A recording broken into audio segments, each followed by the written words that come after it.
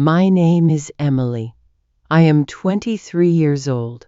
I live in a small city called Willow Creek with my father and my younger sister. I work at a small coffee shop in the city center. I like my job because I love meeting people and making coffee. But one morning, something very strange happened to me. It was a cold, rainy morning in October. I woke up early because I had an early shift at the cafe. When I checked my phone, I saw a message from my best friend Sophie. The message said, "Emily, please come to the train station today. I really need you. 11 a.m. platform 5. I did not understand. Why did Sophie want me to go to the train station? She didn't say anything else. I called her, but her phone was switched off. I looked at the clock. It was already 9 a.m. I only had 2 hours to get ready and reach the train station. I put on my favorite jeans, a warm blue sweater, and my black boots. I grabbed my raincoat and my small black umbrella. My dad was making breakfast. I told him, "Dad, I have to go to the train station. Sophie needs my help." My dad looked at me with worry. He said, "Be careful, Emily. Call me if you need anything." I left the house and walked to the bus stop. The rain was falling heavily. I got on the bus. It was crowded with people going to work. I found a small space near the door. The windows were foggy, and I watched the city pass by. After 30 minutes, I reached the train station. The station was big and full of noise. People were rushing everywhere with bags and suitcases. I looked for platform 5. It took me 10 minutes to find it, because the signs were not clear. But when I reached there, Sophie was not there. I waited for 10 minutes, then 15 minutes, then 20 minutes. Still no Sophie. I felt worried and confused. I looked around and saw a young boy sitting alone on a bench. He was holding a small bag and looking very sad. I walked slowly to him and asked, "Hey, are you okay?" He looked up. His eyes were red like he had been crying. He said, "I lost my ticket. I don't know how to go home now."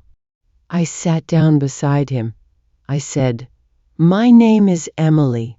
Maybe I can help you. What's your name?" He said his name was Oliver. He told me he was visiting his grandmother, but he dropped his train ticket somewhere. He was scared to call his mom. I gave him a small chocolate from my bag and told him, "Don't worry, we will find a way."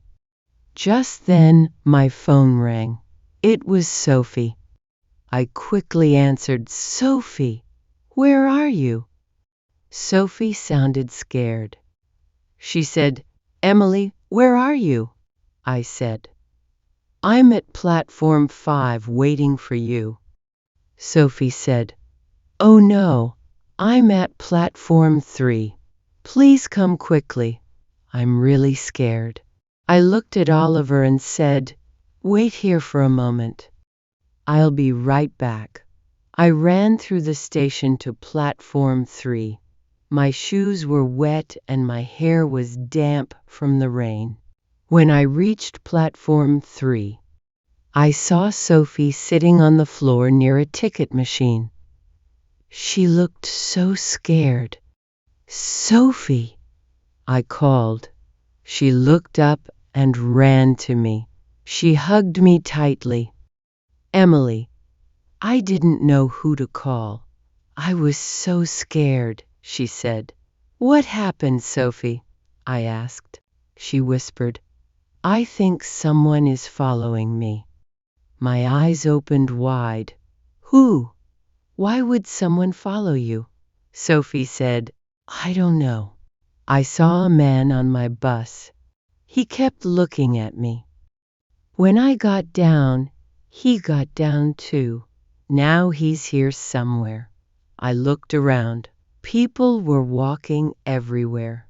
Then Sophie pointed slowly at someone near the small cafe. That's him, she whispered. I looked and saw a man in a dark green jacket and a black beanie hat. He was standing near the cafe, pretending to look at his phone. I felt my heart beat faster. Stay here, I said. I'll go talk to him. But when I stepped forward, the man looked at us and quickly walked away. We stood there, watching him disappear into the crowd. Sophie said, Do you believe me now? I nodded. Yes. Let's tell the station security. We went to the help desk and told a kind lady everything. She called the security guard. The guard listened carefully and said, Don't worry. We will check the cameras. Sophie looked a little calmer. She squeezed my hand and said, Thank you, Emily. I don't know what I would do without you. I said, Next time, send me the right platform. We laughed a little, but deep inside, I was still worried. Then I remembered Oliver, the little boy. I told Sophie, Wait here. I need to help someone else too. We went back to platform 5 and found Oliver still sitting there, holding his small bag. Sophie sat with him while I went to the ticket counter. I explained Oliver's problem. The lady at the counter was kind. She said she would call Oliver's mother. When Oliver's mom arrived, she hugged him tightly. She thanked me and Sophie again and again.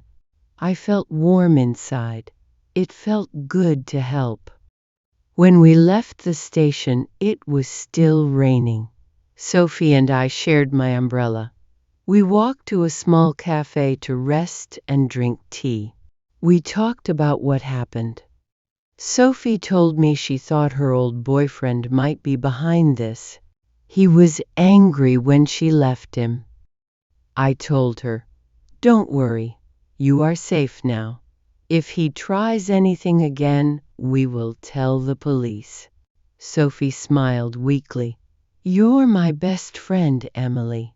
I said, Always. After tea, we took a taxi home. I looked out the window and saw the city lights shining through the rain. Sophie rested her head on my shoulder. I felt tired but strong. So many things happened that day. The strange man, helping Oliver, being brave for Sophie. When I got home, my dad and my sister were waiting. They hugged me tight. I told them everything. My dad said, You are my brave girl. My sister said, I want to be like you one day. That night, I couldn't sleep well. My mind was full of questions. But I knew one thing. I was not alone. I had my family. I had my best friend. And I had a kind heart that helped people.